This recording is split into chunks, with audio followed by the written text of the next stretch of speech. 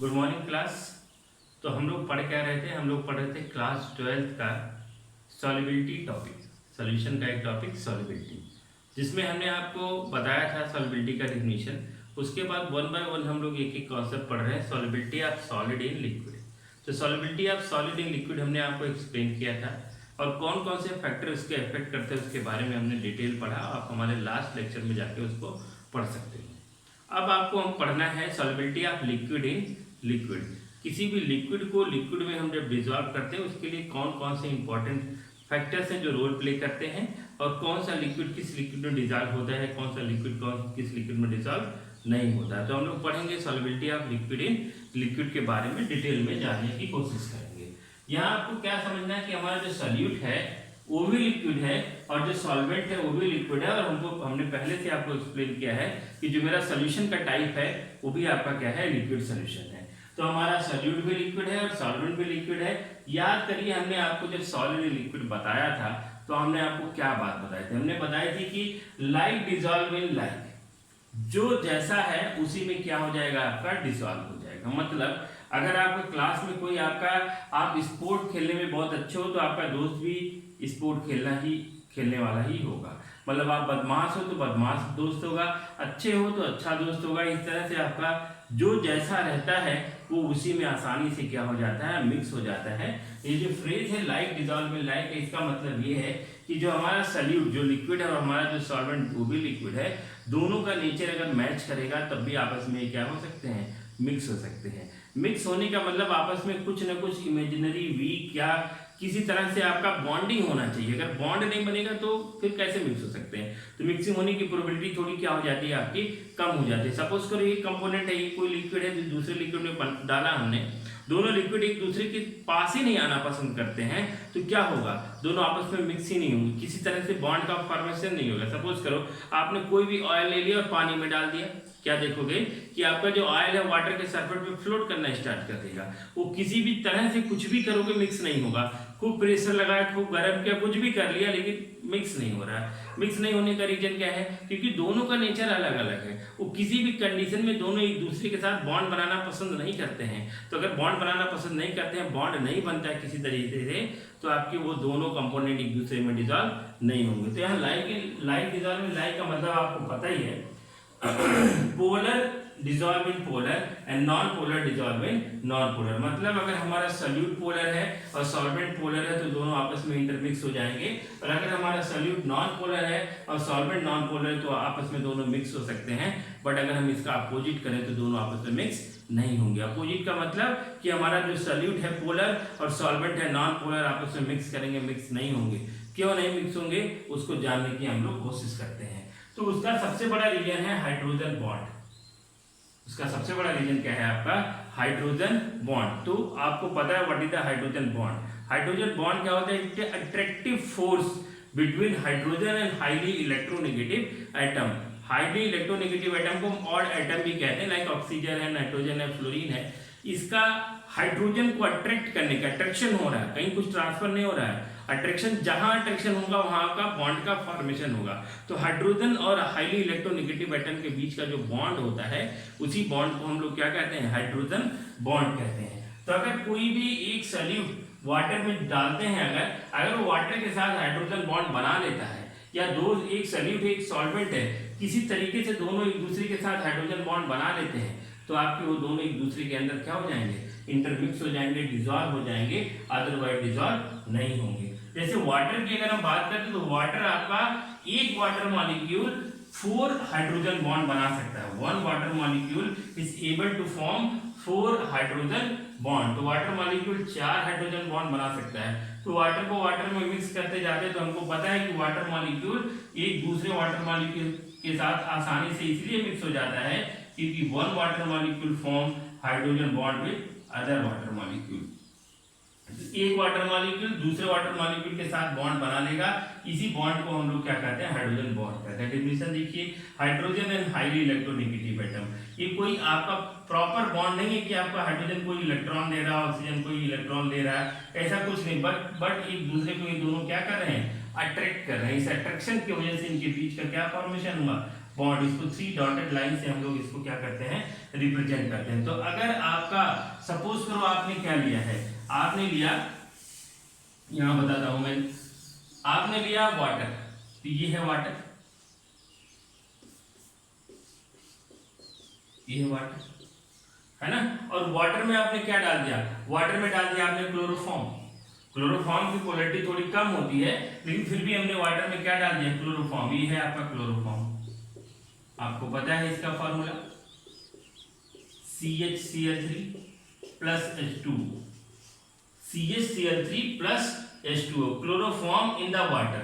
तो chloroform water में mix हो जाएगा, डिसॉल्व हो जाएगा। क्यों डिसॉल्व होगा, इसका रीजन है क्योंकि क्लोरोफॉर्म का जो हाइड्रोजन है वो हाइड्रोजन इस ऑक्सीजन के साथ क्या बनाएगा आपका, इंटरमॉलिक्यूलर हाइड्रोजन बॉन्डिंग। ये ऑक्सीजन और हाइड्रोजन के बीच में बॉन्ड बनेगा, जिसकी वजह से आपका क्लोरोफॉर्म वाटर के अंदर क्या हो जा रहा है, डिसॉल्व हो जाए। तो डिसॉल्व होने का रीजन क्या है आपका, ये भी पोलर है, ये भी पोलर है। वैसे ये कम पोलर है, पोलैरिटी इसकी कम है, लेकिन फिर भी वाटर में डिसॉल्व हो जा रहा है क्योंकि हाइड्रोजन, इसका हाइड्रोजन इसके ऑक्सीजन के साथ क्या बना ले रहा है, हाइड्रोजन बॉन्ड। बट अगर हम यहाँ CCl4 लेते हैं, कार्बन टेट्राक्लोराइड लेते हैं, CCl4 प्लस H2O, और देखते हैं क्या ये मिक्स होता है, तो हमने CCl4 लिया, हमने इस तरह से CCl4 लिया बेटा, देखो, और यहां हमने लिया वाटर। अब देखिए यहां पे कोई बॉन्ड नहीं बन रहा है, कोई हाइड्रोजन बॉन्ड नहीं बन रहा है, तो ये दोनों आपस में कभी भी इंटरमिक्स नहीं होंगे। तो आपका पोलैरिटी के साथ साथ ही सबसे इंपॉर्टेंट बात ये होनी चाहिए कि अगर हम किसी एक कंपोनेंट को दूसरे कंपोनेंट में इंटरमिक्स कर रहे हैं तो दोनों कंपोनेंट के बीच में कहीं ना कहीं वीक या स्ट्रांग, वैसे हाइड्रोजन बॉन्ड तो वीक ही है, किसी न किसी तरह का हाइड्रोजन बॉन्ड बनना कंपलसरी है। तो आपको हमने पहली बात बताई कि पोलर डिसॉल्विंग पोलर, अगर हम वाटर के अलावा कोई और सॉल्यूट एंड सॉल्वेंट लेते हैं, सपोज किया आपने क्लोरोफॉर्म ही रहने दिया, यहाँ हमने लिया क्लोरोफॉर्म CHCl3, इसमें आपने डाल दिया क्या, एसीटोन। क्लोरोफॉर्म को किस में डाल दिया, एसीटोन में डाल दिया। एसीटोन का फॉर्मूला आपको पता है COCH3, CH3COCH3, ये आपका एसीटोन है। अब एसीटोन और क्लोरोफॉर्म आपस में इंटरमिक्स है, यहाँ क्लोरोफॉर्म सॉल्यूट है और एसीटोन क्या है आपका, सॉल्वेंट है। दोनों को आपस में हमने इंटरमिक्स कर दिया, इंटरमिक्स हो जाएंगे, दोनों की पोलैरिटी कम है बट दोनों एक दूसरे में मिक्स हो जा रहे हैं, दोनों क्योंकि दोनों पोलर हैं, और पोलर होने के साथ साथ ये दोनों एक दूसरे के साथ मिलकर क्या बना रहे हैं, इंटरमॉलिक्यूलर हाइड्रोजन बॉन्डिंग। तो जिसकी वजह से ये बॉन्ड बनने की वजह से आपका क्लोरोफॉर्म एसीटोन के अंदर क्या है आपका, सॉल्युबल है। तो ये सबसे बड़ा फैक्टर निकल के आता है solubility of liquid in liquid में। अगर आपका एक सॉल्यूट पोलर है और सॉल्वेंट नॉन पोलर है तो दोनों के बीच में कहीं ना कहीं कोई बॉन्ड बनेगा। अगर वो बॉन्ड हाइड्रोजन बॉन्ड है तो बड़ी आसानी से आपका एक कंपोनेंट दूसरे कंपोनेंट में क्या हो जाएगा, डिसॉल्व हो जाएगा। एक बात आप बढ़िया से समझिए, अगर हम कहते हैं कि कोई एक सब्सटेंस ए है और कोई एक सब्सटेंस क्या है आपका बी है, दो आपने सॉल्यूट लिया, दोनों लिक्विड फॉर्म में सॉल्यूट है, ए को आपने वाटर में डाला वो मिक्स हो गया और बी को वाटर में डाला वो डिसॉल्व नहीं हुआ, उसकी सॉल्युबिलिटी बिल्कुल नहीं, जीरो हो गई। इसका क्या रीजन निकल के आता है, इसका रीजन ये निकल के आता है कि बी आपके वाटर के साथ हाइड्रोजन बॉन्ड नहीं बना सकता। मतलब पानी में वही डिसॉल्व हो सकता है जो वाटर के साथ मिलकर क्या बनाता है आपका हाइड्रोजन बॉन्ड। ये आपकी जिंदगी में भी एप्लीकेबल है, कोई कहीं तभी डिसॉल्व हो सकता है जब वो उसके साथ मिलकर क्या बनाए आपका कुछ न कुछ बॉन्ड बनाए। तो ये बात आपको समझ में आ गई। दूसरी बात और समझते हैं, अगर मैं कहता हूँ ये कंपोनेंट ये भी पोलर है ये भी पोलर है, ए को हमने वाटर के अंदर डाला पूरी तरह से मिक्स हो गया और बी को वाटर में डाला पूरी तरह से मिक्स नहीं हुआ।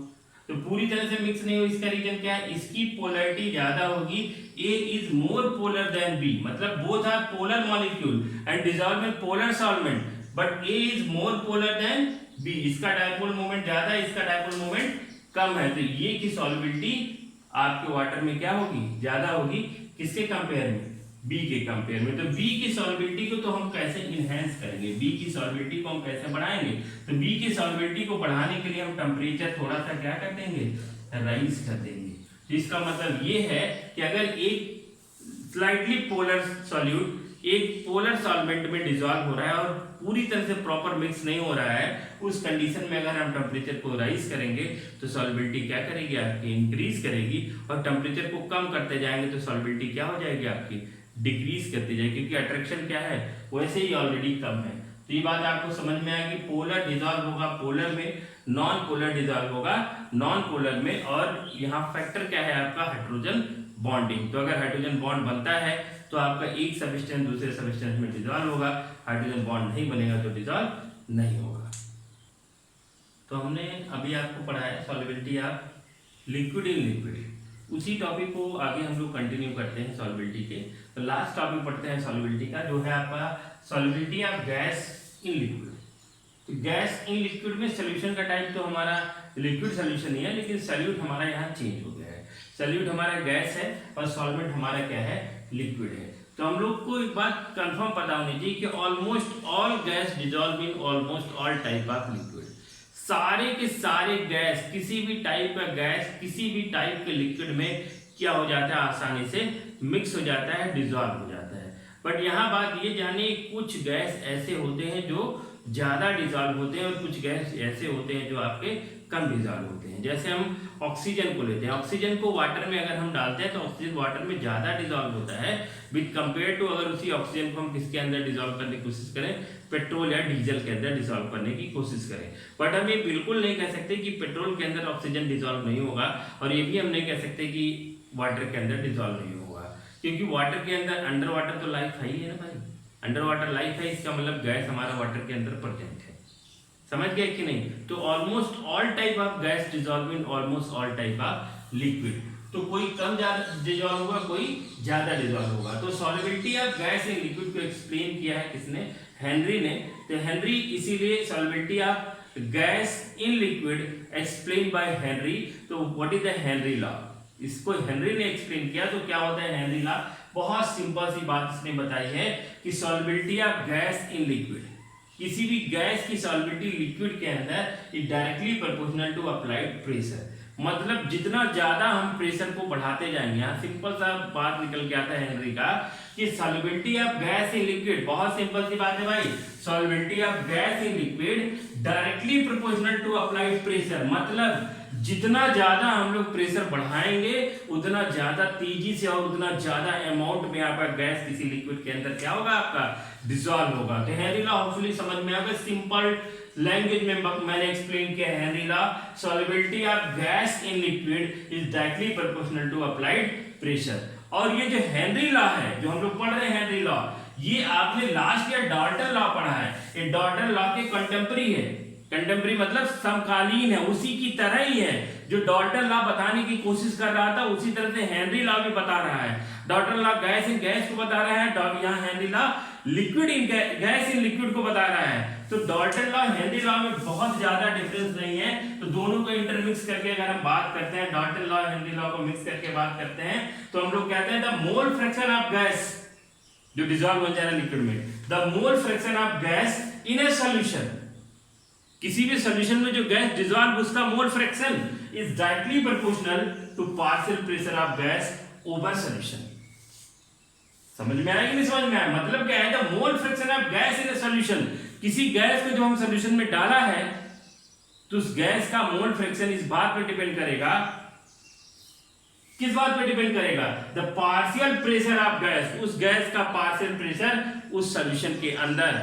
मतलब क्या निकल के आया कि mole fraction is directly proportional to partial pressure. Mole fraction is directly proportional to the partial pressure. तो ये डाल्टन लॉ हेनरी लॉ को इंटरमिक्स करें, क्योंकि Dalton law is contemporary of Henry law. इस तरह से निकल के आया कि mole fraction is directly proportional to the partial pressure. तो अगर हम इस प्रोपोर्शनल साइन को हटाते हैं बेटा, तो partial pressure is equal to KH mole fraction, जाइए जिसको कहते हैं इसको मोल फ्रैक्शन, ठीक है कि नहीं? यहाँ H को हम लोग K मींस कांस्टेंट, कभी भी किसी प्रोपोर्शनल साइन को हटाते हैं तो कोई ना कोई एक कांस्टेंट आता है, और यहाँ जो कांस्टेंट आया उसको हेनरी ने बताया है, इसलिए KH कहते हैं, इसलिए इसको हम लोग क्या कहते हैं, Henry constant. This is called Henry constant. तो हमने आपको बता दिया गैस इन लिक्विड। इसको हम लोग और आगे पढ़ते हैं और आगे बढ़िया से एक दो और एग्जांपल समझते हैं कि प्रेशर को बढ़ाने पे सॉल्युबिलिटी गैस की किसी लिक्विड में कैसे बढ़ती है। तो एक फैक्टर, पहला फैक्टर जो निकल के आया है किसी भी गैस का लिक्विड में डिसॉल्व होना, वो कौन सा फैक्टर है बेटा, वो है प्रेशर। जितना ज्यादा प्रेशर उतना ज्यादा गैस के मॉलिक्यूल लिक्विड के अंदर क्या होंगे, आपके डिसॉल्व होंगे। हम लोग पढ़ रहे हैं कि solubility of gas in liquid. तो हमने क्या बताया कि हेनरी लॉ आपका डॉल्टन लॉ के कंटेम्प्रेरी है, समकालीन है, और आपको एक इक्वेशन निकल गया partial pressure is directly proportional to mole fraction, और जहाँ P इक्वल टू KHX आपने देखा, तो आपने देखा, अब आपने ये समझ, आपको अच्छी तरह समझ में आ गया होगा कि जैसे जैसे हम प्रेशर को बढ़ाते जाएंगे किसी भी गैस की सॉल्युबिलिटी आपका लिक्विड में क्या होता जाएगा, बढ़ता जाएगा। उसके एक एग्जांपल को देखते हैं, एकदम एक मतलब एक बढ़िया से इक्वेशन समझ में आ गया है। कभी भी हम कोई क्वेश्चन सॉल्व करेंगे, भाई प्रेशर कम है सॉल्युबिलिटी कम होगी, प्रेशर ज्यादा है सॉल्युबिलिटी ज्यादा होगी, तो solubility is directly proportional to pressure, ये बात समझ में आया। इन द डीप वाटर, अगर हम अभी हमने लास्ट भी बताया था, इन द डीप वाटर पानी के जैसे जैसे अंदर जाएंगे प्रेशर बढ़ता जाएगा, क्योंकि वाटर का भी प्रेशर होगा, एटमॉस्फेयर का भी प्रेशर होगा, तो टोटल ओवरऑल प्रेशर क्या होगा आपका, ज्यादा होता है। In the deep water partial pressure is more, पानी के अंदर प्रेशर क्या होगा आपका, ज्यादा होगा with compare to the surface of the water. तो स्क्यूबा डाइवर्स जो होते हैं, जो गोताखोर होते हैं, जिसको स्क्यूबा डाइवर्स कहते हैं, अगर वो पानी के अंदर जाते हैं, सी के अंदर, समुद्र के अंदर कोई गोताखोर जाता है बहुत तेजी से अंदर, तो बहुत अंदर जाने के बाद क्या होगा, बहुत अंदर जाने के बाद प्रेशर बहुत ज्यादा अचानक से बढ़ जाएगा। हम सबको पता है कि एयर का जो कंपोजिशन होता है, उस एयर में नाइट्रोजन के अमाउंट सबसे ज्यादा होता है, तो नाइट्रोजन के अमाउंट सबसे ज्यादा होता है, तो वो रिस्पायरेशन में एयर को ले रहा है, रिस्पायरेशन में एयर को ले रहा है, और इन द डीप सी, समुद्र के नीचे एकदम से बहुत अंदर प्रेशर बहुत ज्यादा होने की वजह से एयर क्या हो रहा है आपका, ब्लड के अंदर बहुत तेजी से डिसॉल्व हो रहा है। एयर ज्यादा तेजी से डिसॉल्व हो रहा है तो उसमें नाइट्रोजन का कंटेंट ज्यादा है, तो अगर हम ऑक्सीजन और नाइट्रोजन दोनों को कंपेयर करते हैं तो नाइट्रोजन का सॉल्युबिलिटी हमारे ब्लड के अंदर क्या होता जाएगा, बहुत तेजी से बढ़ता जाएगा, अगर हम पानी के अंदर डाइव लगाते हैं तो डीप सी के अंदर। मतलब क्या है कि in blood, in deep water more air dissolve in blood, blood के अंदर, पानी के अंदर जाने पे ब्लड के अंदर ज्यादा से ज्यादा एयर डिसॉल्व होगा।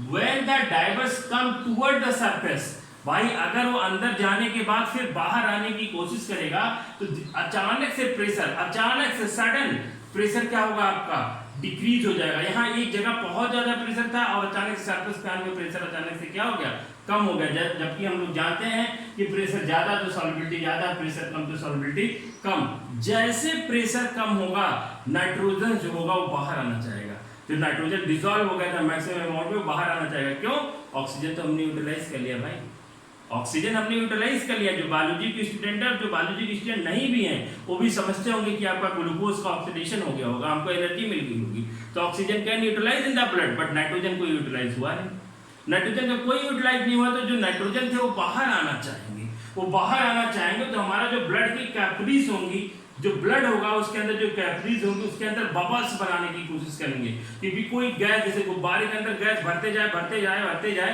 एक समय के बाद गुब्बारा पूरी तरह से क्या हो जाएगा, ब्लास्ट हो जाएगा।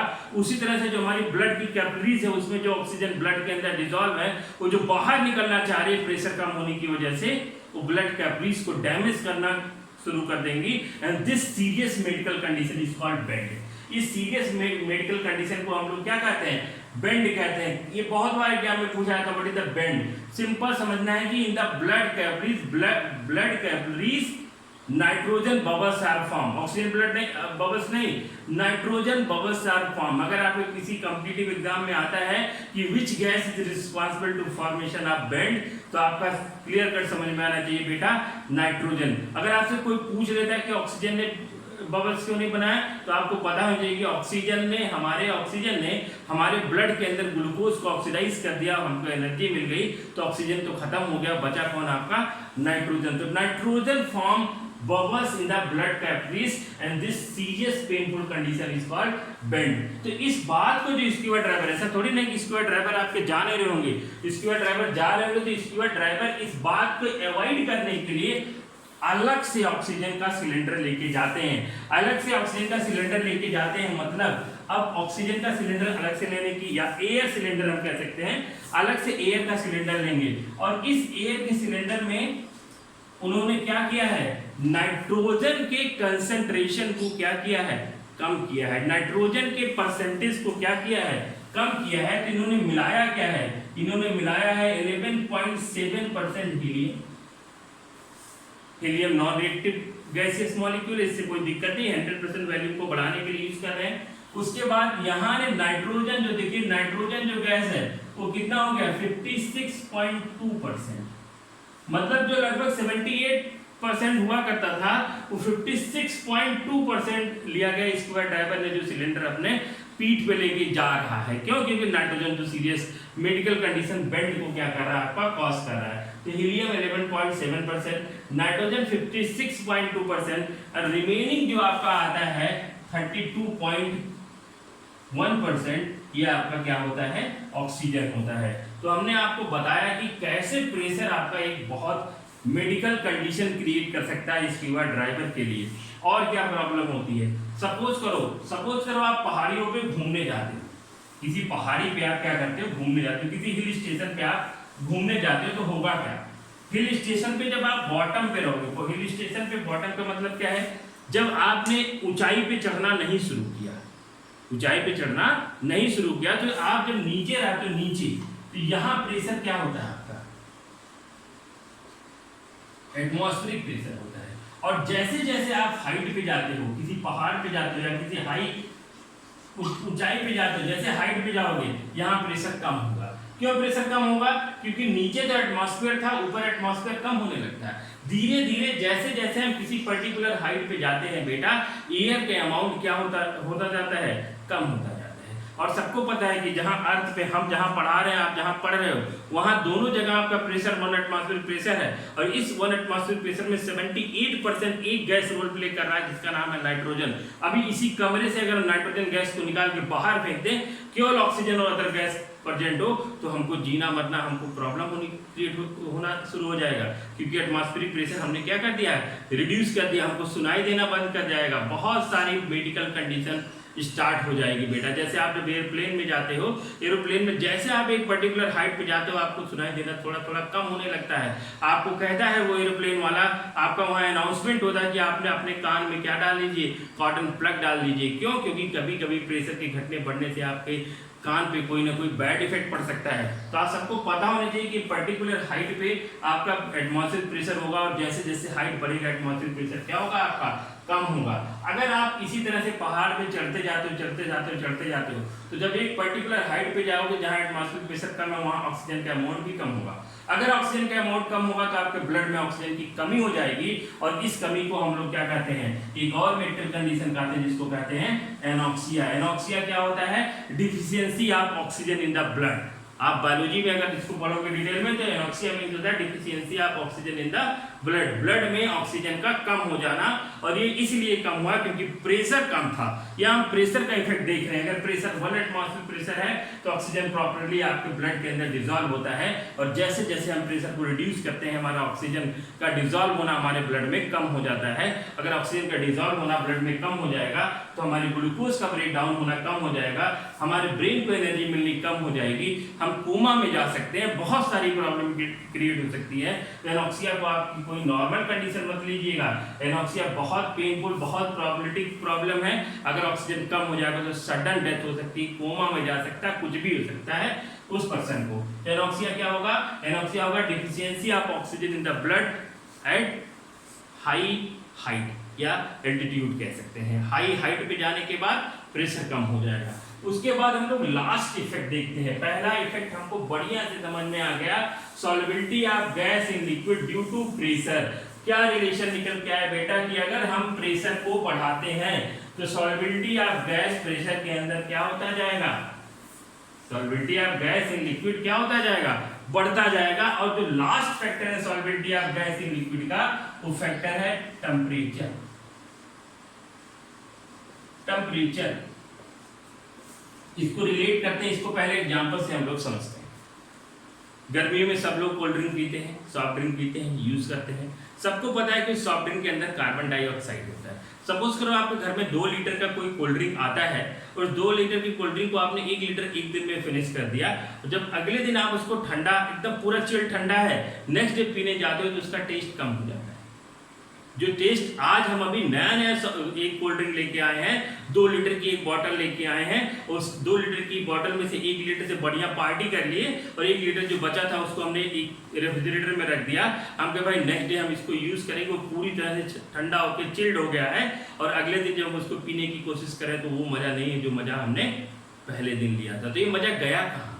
टेस्ट क्यों खराब हो गया? क्यों एकदम मीठा मीठा लग रहा है और 2-3 दिन रख दिया तो फिर तो गया, एकदम लगे कि हम उसको शरबत पी रहे हैं। कोई आपका कोक फ्लेवर का शरबत आ रहा है या स्प्राइट फ्लेवर का शरबत आ रहा है, शरबत पी रहे हैं, कोल्ड ड्रिंक जैसी फील नहीं आएगी। इसका रीजन क्या है बेटे? इसका रीजन क्या है कि बार बार जब हम बॉटल को ओपन एंड क्लोज करते हैं तो उस कोल्ड ड्रिंक के अंदर जो गैस डिजॉल्व है कार्बन डाइऑक्साइड, वो क्या होता जाता है? आपका निकलता जाता है, क्योंकि हमने जो कार्बन डाइऑक्साइड को कोल्ड ड्रिंक के अंदर डाल रखा है वो बहुत हाई प्रेशर पे डाल रखा है, बहुत ज्यादा प्रेशर से हमने कोल्ड ड्रिंक के अंदर कार्बन डाइऑक्साइड डाला। क्यों? क्योंकि कार्बन डाइऑक्साइड आपको एक डिजायर्ड टेस्ट प्रोवाइड करता है कि हमको किस तरह से टेस्ट चाहिए। सारे कोल्ड ड्रिंक ऑलमोस्ट एक जैसे होंगे, अगर फ्लेवर चेंज कर दिया जाए। आप देखिए जब कोल्ड ड्रिंक लेते हो तो डकारे भी आती है। क्यों डकारे आती है? कि कार्बन डाइऑक्साइड कोई अच्छा गैस तो है नहीं जिसको पीने के बाद हमारा बॉडी एकदम मत मस्त घूमने लगेगा। कार्बन डाइऑक्साइड हमारी बॉडी को बिल्कुल भी नहीं चाहिए होगा। कार्बन डाइऑक्साइड तो बॉडी खुद निकालना चाहती है, लेकिन हम अपने मजे के लिए, हमने टेस्ट के लिए कोल्ड ड्रिंक को पीते हैं और जब कोल्ड ड्रिंक हमारे बॉडी के अंदर जाता है तो कोल्ड ड्रिंक के बाद डकारे आती है, गैस बाहर आने की कोशिश करता है, तो कार्बन डाइऑक्साइड बाहर आने की कोशिश करता है। तो वही कंडीशन, तो कोल्ड ड्रिंक के बॉटल को आपने खोला और 1 लीटर आप पी गए और 1 लीटर आपने रख दिया कि हम 2-3 दिन बाद पियेंगे, जब पिए तो टेस्ट ही नहीं आ रहा है। मतलब कार्बन डाइऑक्साइड कोई ना कोई रोल प्ले कर रहा है। एक काम और, या ये तो कार्बन डाइऑक्साइड का रोल हो गया, हाई प्रेशर का रोल हो गया, टेम्परेचर का क्या रोल है भाई? यहाँ आप जाओ दुकान पे कोल्ड ड्रिंक खरीदने के लिए और वो भैया आपको एक कोल्ड ड्रिंक दे दीजिए। वो आपका कोल्ड ड्रिंक कहाँ से देता है? अपने दुकान के सामने एक कंटेनर रखा, उस कंटेनर में कोल्ड ड्रिंक है, उस कोल्ड ड्रिंक को निकाला, कहो लो पियो भाई। और आपने देखा वो कंटेनर कहाँ है? धूप में है, गंदा मटमैला कंटेनर एकदम धूप में पड़ा, उसमें से एक बॉटल निकाला, ओपन की, लो पियो। पियोगे आप? कभी नहीं पीना पसंद करोगे। क्या उसके अंदर के कंटेंट को रेफ्रिजरेटर में रखने के बाद कम या ज्यादा कर दिया क्या दुकानदार ने? नहीं बेटा, ऐसा कुछ नहीं। बट अगर वही कोल्ड ड्रिंक जो बाहर था, एटमॉस्फेयर में था, या हम कहते हैं एयर में था, धूप में था, तो वहां अलग टेम्परेचर था, और जो रेफ्रिजरेटर में रखा है वहां अलग टेम्परेचर है। तो जो बाहर रखा था वहां टेम्परेचर ज्यादा था, जो अंदर कर दिया रेफ्रिजरेटर में वहां टेम्परेचर कम है। इसका सीधा सीधा मतलब है कि जो कार्बन डाइऑक्साइड आपके टेस्ट के लिए रिस्पॉन्सिबल था, उस कार्बन डाइऑक्साइड का उस लिक्विड में डिसॉल्व होने के लिए टेम्परेचर क्या होना चाहिए?